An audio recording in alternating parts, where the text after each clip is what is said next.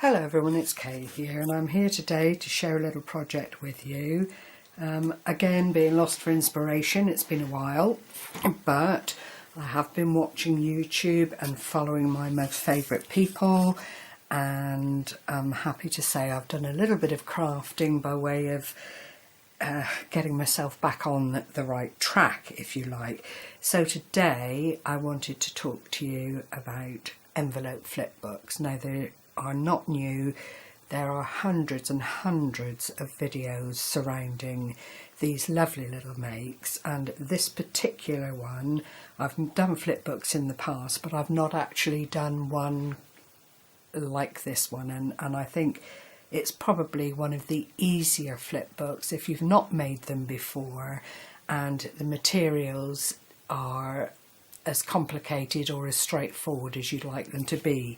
Primarily you need envelopes. That's a good starting place. Now these are just ordinary 6x6. Clearly you can use whatever envelopes you've got to hand because the principle is the same whatever envelopes you use, and all you need to do in the first instance is open up your envelope, put some glue around the flap of the opened envelope, and then you place the second envelope on top of that and anchor it down quite firmly. Now you will see that I have left approximately 1/4 of an inch gap. This in effect becomes the spine of your little flip book, and as such you need a little bit of space so that you can actually place things into the pockets of the envelopes or add embellishments and so on onto the top of the envelope once it's decorated. So that 1/4 of an inch actually gives you a really good margin to apply whatever you like and not make it too expensive when it comes to posting. So I'll take that away and go to one that I prepared earlier. Now what I've done, as you will see, is I've used 4 envelopes. So there's 1, 2, 3 and 4. On your last envelope you keep that flap safe and sound, but you do need to score about 1/4 of an inch once again, because as I said, this actually makes the gusset of the envelope of the front page. So then you fold one in. You'll see I've decorated one side of the envelope so far. Fold in the second page, fold in the third page, and once decorated, this then becomes the closure for your flip book. Now it is handy at this point to say, if you want to use magnetic closure, then before you put on your paper for this particular envelope and the flap, you need to place your magnets, which I haven't actually done here, but I'm not worried about it because I will go on and decorate and make sure that whatever I put there has the magnet underneath it.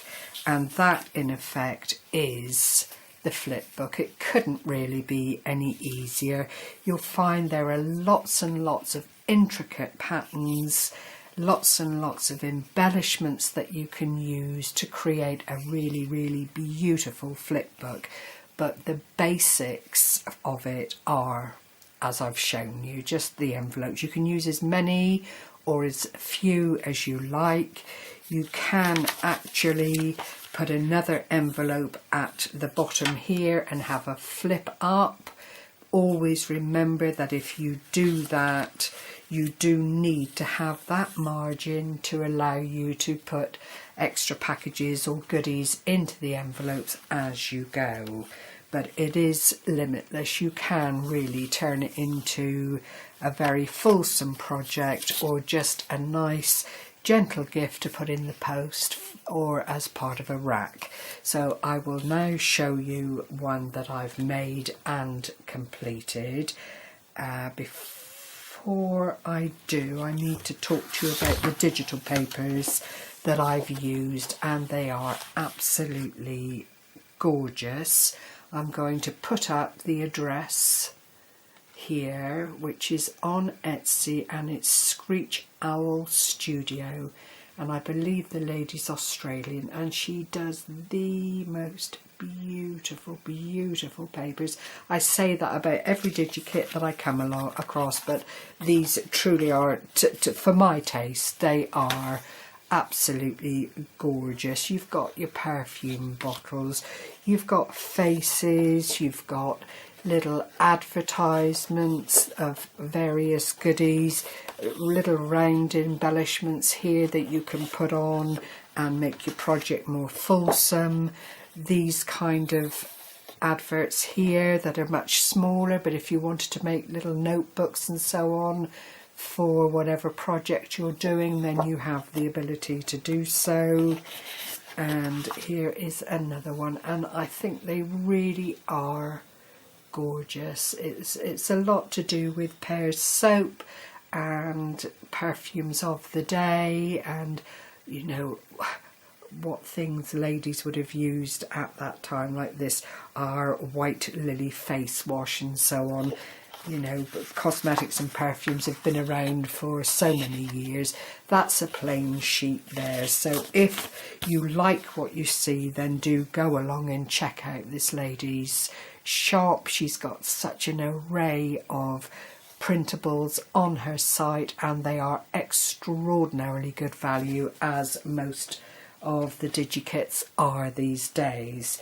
Now, what I went on to make using those papers is this flip book here, doing exactly as I showed on the beginning of the video. I just put my 4 envelopes together and then went on to decorate. So this is the front cover with the magnetic clasp on it, and you can see the papers are really, I love Pear's soap, I use it all the time, but the papers are really gorgeous. I've used a Martha Stewart punch here, layered with the lace here, and it just adds a little without taking anything away from the digital kit.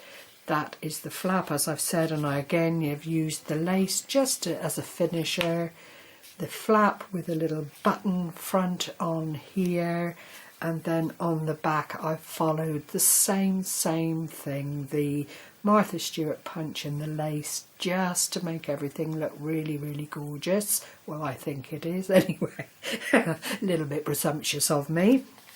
And then when you open up, you then start to undo the flip book, and what I've done, as I hope you can see, is I've ignored the fact that I've got the opening for the envelope there, and all I've done is put some of the beautiful digipaper images on the front, use the Martha Stewart and the ribbon again, and then I've just inked a little tag with some vintage photo, I believe, and then put some more of the ephemera onto the tag, and that can either be used for journaling or for a photograph, depending on what you wanted. A little eyelet to put the ribbon in, and I do have to thank Janet Stokes, who introduced me to the doily stamping, as I call it, and you simply place your doily on the plain paper, and using one of your blenders just blend the ink through the doily, and you get this superb print on your paper. And depending on what colours you're using, obviously that's the colour of ink you use to coordinate your inking with. The next page is just a page for journaling, another of the tags with a different bit of ephemera in, but the same stamping throughout. And the next page, there is quite a lot of room to put things into with these flip books, you know.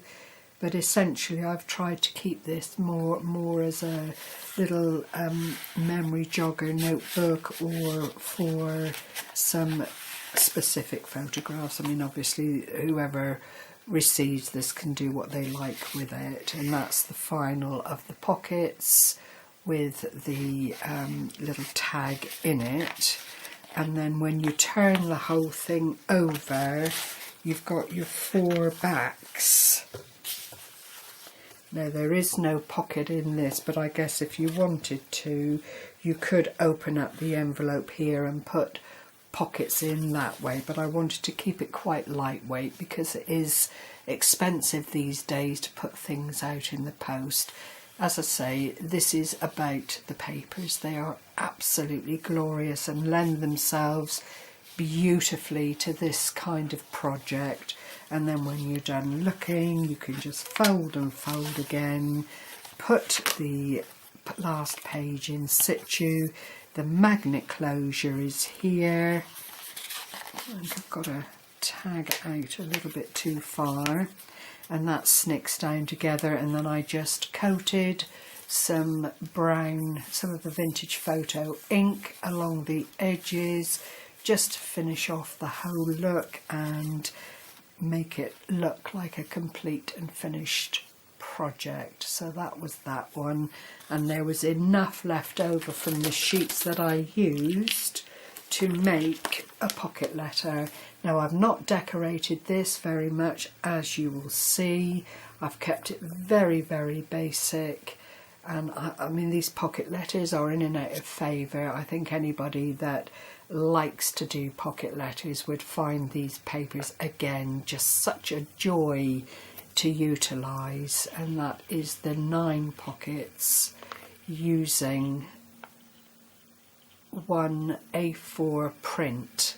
So all of these images were found on one single page, which not only makes it extraordinarily economic to put together, but is such a lovely, lovely way to show the papers off. The back is absolutely clear, as you see, and I will be putting in there some little gifts in the money envelopes, the little coin envelopes that you can get from Poundland and the like, and it just makes it a really, really tidy gift to send to someone.